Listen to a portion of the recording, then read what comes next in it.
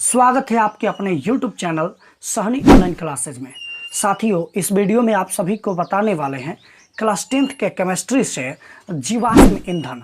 जीवाश्म ईंधन क्या है, कोयले का निर्माण कैसे होता है और पेट्रोलियम का भी निर्माण कैसे होता है।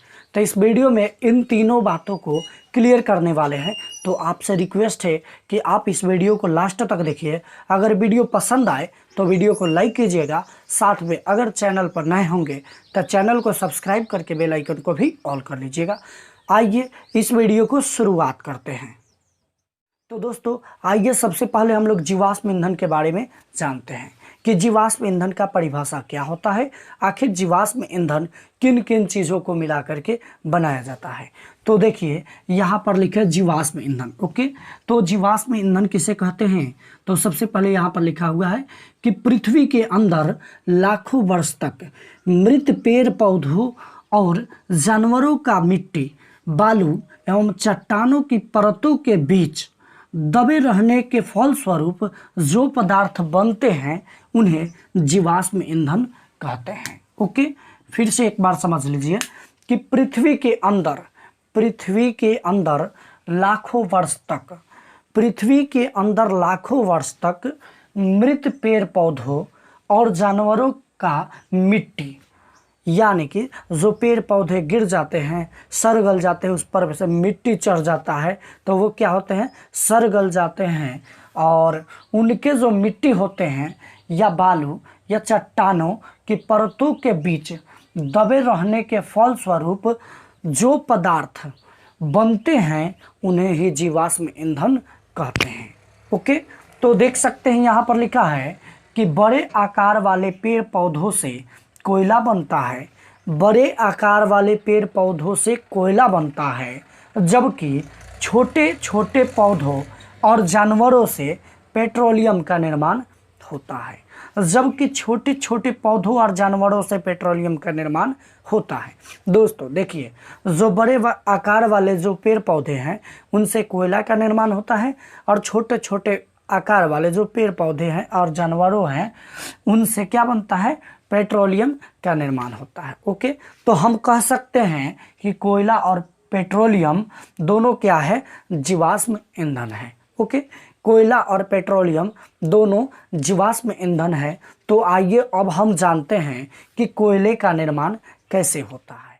तो देख सकते हैं कि हमने यहाँ पर लिख दिया है कि कोयले का निर्माण, यानी कि कोयले का निर्माण कैसे होता है। तो यहाँ पर देखिए, इसमें हम आप लोगों को बताएंगे कि कोयले का निर्माण कैसे होता है। देखिए, लाखों वर्ष पूर्व का अर्थ होता है पहले। लाखों वर्ष पहले जंगलों में पेड़ पौधे भूकंप, ज्वालामुखी आदि के कारण जमीन के अंदर धंस गए। देखिए दोस्तों, लाखों वर्ष पूर्व भूकंप और ज्वालामुखी के कारण पेड़ पौधे धरती के अंदर क्या हो गए, धंस गए और इनके ऊपर मिट्टी, बालू और जल की परतें बैठ गई। और इनके ऊपर जो है सो मिट्टी, बालू और जल की परतें बैठ गई और वो क्या हो गए, दब गए उसमें।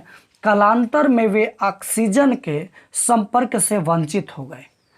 कालांतर में वे ऑक्सीजन के संपर्क से क्या हो गए, वंचित हो गए।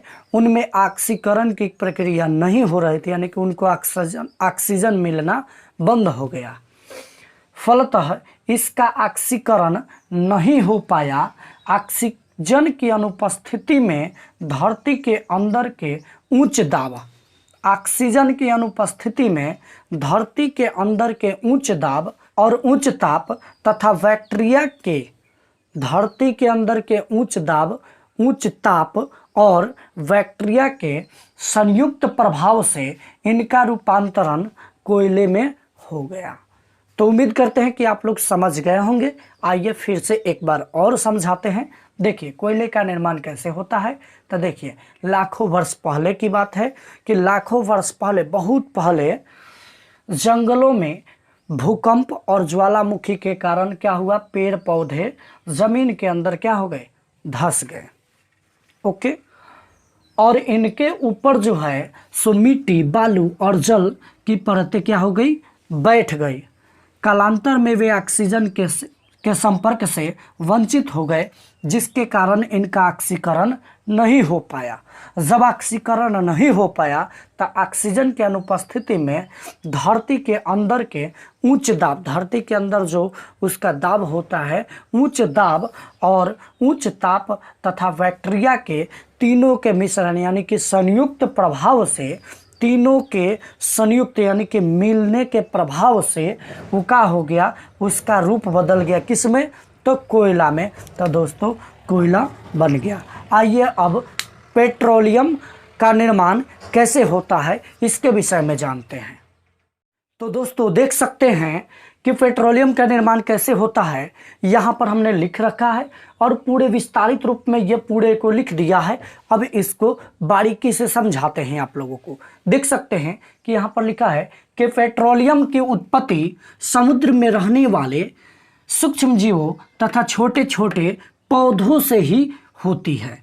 पेट्रोलियम की जो उत्पत्ति है सो समुद्र में रहने वाले सूक्ष्म जीवों तथा छोटे छोटे पौधों से ही होती है। इनकी मृत्यु होने पर ये बालू और मिट्टी से ढक जाते हैं। इनकी मृत्यु होने पर ये बालू और मिट्टी से क्या हो जाते हैं दोस्तों, ढक जाते हैं। लाखों वर्ष तक ऊष्मा, दाब और बैक्टीरिया के प्रभाव के कारण ये हाइड्रोकार्बन में परिवर्तित हो जाते हैं। लाखों वर्ष तक ऊष्मा, दाब और बैक्टीरिया के प्रभाव के कारण ये हाइड्रोकार्बन में परिवर्तित हो जाते हैं और परिवर्तित होने के बाद ये हाइड्रोकार्बन चट्टानों के जरिए ऊपर आने लगते हैं। परिवर्तित होने के बाद ये जो हाइड्रोकार्बन है सो चट्टानों के जरिए ऊपर आने लगते हैं। इस क्रम में चट्टानें इनका मार्ग अवरुद्ध कर देती हैं। इस क्रम में क्या होती है, चट्टानें इनका मार्ग यानी कि रास्ता को क्या कर देती है, रोक देती है। अतः इन चट्टानों के नीचे ये तेल के रूप में विद्यमान रहते हैं। तो आइए एक एक करके हम लोग इस टॉपिक को समझते हैं। देखिए पेट्रोलियम की जो उत्पत्ति है सो समुद्र में रहने वाले सूक्ष्म जीव तथा छोटे छोटे पौधों से ही होती है। इतना तो आप लोग समझ गए होंगे कि पेट्रोलियम की उत्पत्ति समुद्र में रहने वाले छोटे छोटे जीवों और पौधों से होती है। ओके, इनकी मृत्यु होने पर जब ये मर जाते हैं तब ये बालू और मिट्टी से क्या हो जाते हैं, दब जाते हैं यानी कि ढक जाते हैं। और ढकने के बाद लाखों वर्ष तक माने कई वर्षों तक ऊष्मा और दाब ऊष्मा, दाब और बैक्टीरिया के प्रभाव के कारण यह हाइड्रोकार्बन में क्या हो जाते हैं, बदल जाते हैं। जब हाइड्रोकार्बन में बदल जाते हैं तो यह हाइड्रोकार्बन चट्टानों के जरिए ऊपर आने की चेष्टा करता है यानी ऊपर आने लगता है। इस क्रम में क्या होता है कि चट्टानें उसको क्या कर देती है, रोक देती है कि आप ऊपर मत जाइए, आपको हम यहाँ से ऊपर नहीं जाने देंगे। तो ये क्या हो जाती है कि ये जो हाइड्रोकार्बन है सो चट्टान जब ऊपर नहीं आने देती है तो चट्टान के नीचे तेल के रूप में विद्यमान रहते हैं। Thank you friends. दोस्तों उम्मीद करते हैं कि आप सबको जीवाश्म और पेट्रोलियम का निर्माण कैसे होता है, कोयले का निर्माण कैसे होता है, इन तीनों टॉपिक आप लोग बढ़िया से समझ गए होंगे। तो आप लोगों को ये वीडियो कैसा लगा नीचे कमेंट बॉक्स में आप लोग कमेंट कर दीजिए और नीचे लाइक बटन दिख रहा है उसको भी लाइक कर दीजिए। और चैनल पर नए हैं तो चैनल को सब्सक्राइब कर दीजिए। फिर मिलते हैं अगले वीडियो में, तब तक के लिए जय हिंद।